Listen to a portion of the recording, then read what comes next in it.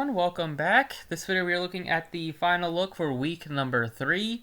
So let's get into it. There's a lot to talk about for this week, a lot of injuries, and you got a couple of guys in really good spots that we'll talk about. So let's get into it. As always, be sure to hit the like button on the video. I really appreciate that. You can subscribe down below as well. You can follow on Twitter. It's at the DFS process there. And let's get started. So quarterbacks to this week, I feel a lot better about paying up at quarterback compared to the last couple of weeks where we had some good guys in the low 6K range. We had Murray last week at only $6,000, and that week 1 we had some cheap guys as well. This week I feel like paying up a bit at quarterback. I feel like there's a lot of guys above 6,500 that look really good, especially in that Seattle-Dallas game. If you want to stack that up, like a lot of people will. It's not going to be different. Like, don't think you're going to get, like, you're going to be very unique game stacking that game. But in cash, like, definitely like both quarterbacks in tournaments too. You don't have to go crazy with all your positions. Like, tournaments, you just have to make a couple pivots, maybe to be some low-owned plays. Your entire lineup does not have to be very low-owned. So throwing in a guy like Russell Wilson against Dallas, throwing in Dak Prescott against Seattle, they both look really, really good. They're both expensive, but Prescott showed last week the upside that he has, leading that big comeback. Wilson has been just super dominant, the best quarterback so far through the first 2 weeks. And then you get a decent discount for Kyler Murray against Detroit. He's also looked really, really good. He has the upside with his legs, as he's shown. It's taken some of the upside away from his fellow teammate running back Kenyon Drake, but still like him a lot at 6,800 against this Detroit defense that lost Darius Slay in the offseason, and they kind of got shredded last week by Aaron Rodgers in the second, third, and fourth quarters. And I think Murray can kind of do the same thing this week. He can run with his legs. He can throw. He has two really good weapons, especially one of the best wide receivers in football, and DeAndre Hopkins and Chris Kirk showed his upside last season when Murray was in his first year. So he has really good guys on the outside, and he has a good running back in Drake. So I like Murray a lot. He's probably my favorite just based on the price tag. Cam Newton's also looked really good. I mean, tough to believe that the Panthers just gave up on him. He's looked really good the first 2 weeks, almost had that comeback last week against New England. He's facing a Las Vegas team that did look pretty good in their primetime game against the Saints.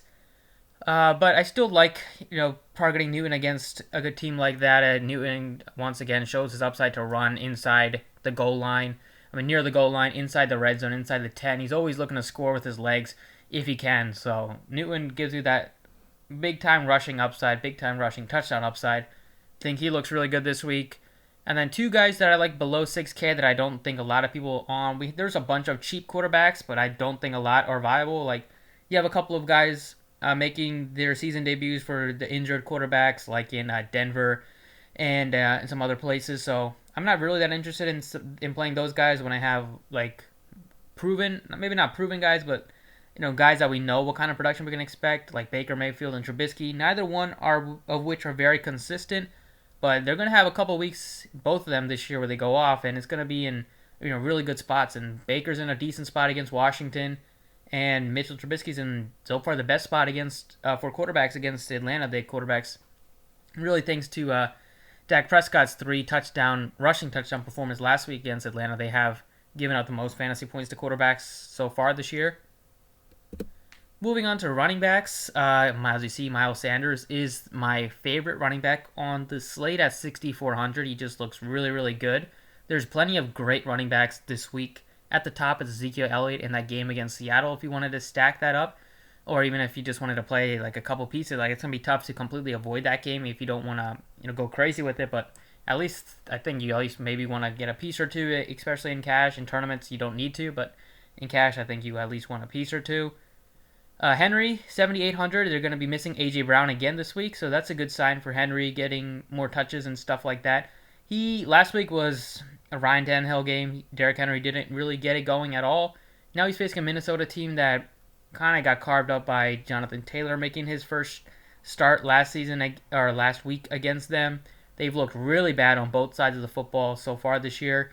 And Henry, 7,800. People might have a sour taste in their mouth after what he did last week to them, so might get him at a little bit lower ownership. I think he looks really good this week. Speaking of Jonathan Taylor, 7,000. He's the bell cow right now for them. Hines got some work, but didn't get as much as I thought he would. They really relied on Jonathan Taylor, especially in looked like he was potentially going to get 30 plus touches with how his first quarter was shaping up. But he looks really good against Jets. They are just so bad on both sides of the football. And Taylor gives you that upside. Also, a running back that can catch passes. James Conner against Houston. He's 6,700. He coming off of a week one where he got hurt early in the game. People were, mad at him because he was really high owned in Showdown. Then he came back week two with a really good performance. Had like 16 carries, above 100 yards. He's facing a Houston defense that they still have some good guys in the front seven, but this defense gives up points. Expecting a bit of a higher scoring game here, and I don't think a lot of people are going to be looking at the Pittsburgh side. I think like Ben Roethlisberger, Juju, Connor stack. We know the upside that all three of those guys present could get them, especially Connor, just sandwiched in between guys like Taylor and Sanders. Could get him at low ownership this week. And then Miles Sanders against Cincinnati. They're awful on the ground. Miles Sanders can run all over them. He can also catch passes with just how banged up the Eagles are. Once again, with the wide receiver, Jalen Reagor is going to miss a few weeks. So really they have Deshaun Jackson, who is just like one play away from missing the entire season, is what it seems like for Deshaun Jackson. And they have just a bunch of other non-proven guys at wide receiver. So they're going to rely on their tight ends, Ertz and Goddard. They're going to rely on Sanders. Like him a lot at 6,400. Kenyon Drake is 6K against Detroit. He looks fine. I don't know if he will be... I think he's getting talked up this week. If that's the case, I'd rather pay up a bit because there's always concern that Kyler Murray can just run it in when he should be going to Drake. So that's always a concern you have with the running quarterbacks, that their running backs are not going to be as consistent. But Drake is probably in a really good spot. They're one of his best spots so far in the first 3 weeks for him.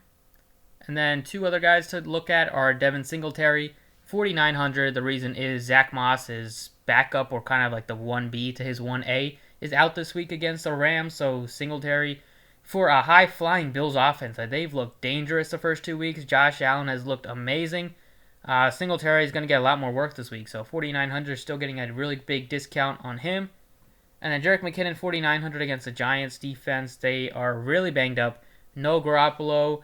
No Mostert, no Coleman, no Kittle, so they're getting a lot of value. The defense of the Giants isn't great, so it could see McKinnon be a really good play. And then moving on to wide receivers, I feel like running back is a lot deeper than wide receivers this week. There's a handful of guys that look really good to me. This might be one of those weeks where I have like my flex as a running back because I like a lot of running backs this week. But for wide receivers, you have Hopkins is the number one guy. It's going to be tough not to have Hopkins. He's like the best pay-up option at receiver. Then you get a bunch of guys in the 6K range, like Juju if you want to stack him with Connor and Big Ben. DK Metcalf is one of my favorites at 6,500 with his price point against Dallas. I'm expecting a big-time shootout in that one. AJ Green, I'm not thinking he's getting any love this week. So I talked about him in the first video I made this week. And it seems like even as the week has progressed, he's still not getting any love. So give me AJ Green at that ownership and at that cheap price point.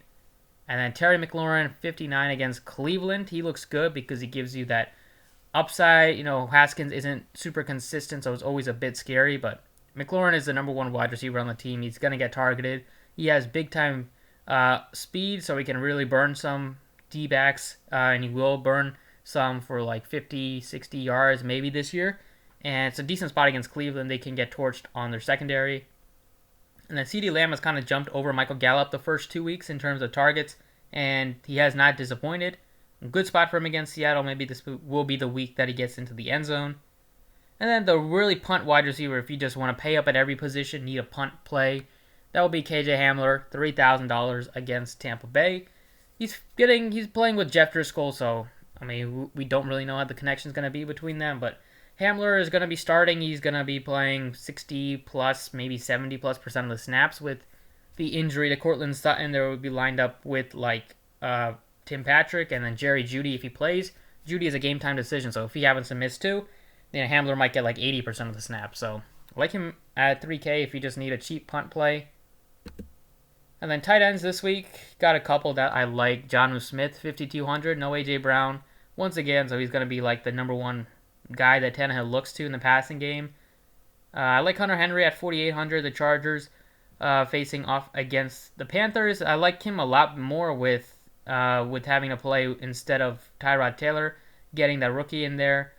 who looked really good last week in his first start against. In his first start, which basically came last second because the doctor punctured Tyrod Taylor's ribs. But Justin Herbert looks really good. He looked really good against a decent defense in KC. The matchup here is not scary at all against Carolina. So, like Hunter Henry a lot. Schultz 4,500 against Seattle. Dalton Schultz looked good in his start in place of in his first start, basically where he got a full week of being the number one tight end with the injury to Blake Jarwin. Against Seattle, they can give it up, and they have been giving up a bunch of points this year. Jordan Reed, he's a little bit. I wish Garoppolo was playing, obviously, but Nick Mullins, he made a couple starts, a couple years ago where he had a really good game in one of those starts, so he does have some upset, I guess, but at least he gets a good matchup against Giants. It's really one of the best spots you could ask for. And then Logan Thomas is just 3,700 against Cleveland. He once again had a bunch of targets last week for the Redskins. The Cleveland Browns, they are really bad at giving up fantasy points to tight ends. Him and McLaurin are going to get most of the targets for the Redskins. 3,700 for him is a pretty good price point. And then defenses this week, got like 5 that I like.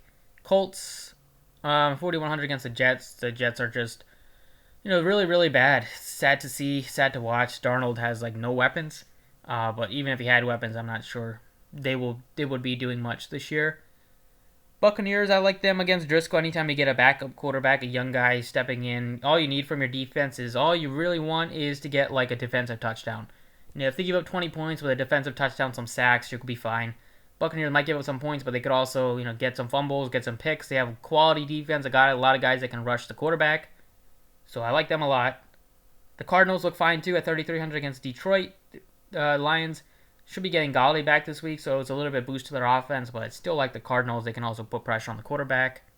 The Eagles defense, super cheap against Joe Burrow. He looked really good the first 2 weeks. But the Eagles have some good guys on defense. They haven't looked like it the first 2 weeks. Maybe they needed this wake-up call. This will be the week where they kind of show up on all fronts of their game. 2,800 for the Eagles against Cincinnati looks pretty fine. And then the Giants, only because, they're facing Mullins and there's so many injuries on the 49ers. They're not even you can't even compare them to where they were the first couple weeks because they're missing their quarterback, they're missing their tight end, they're missing their running back. So banged up. So that's it for this video. Hopefully you guys enjoyed. Thank you for watching, and best of luck on Sunday.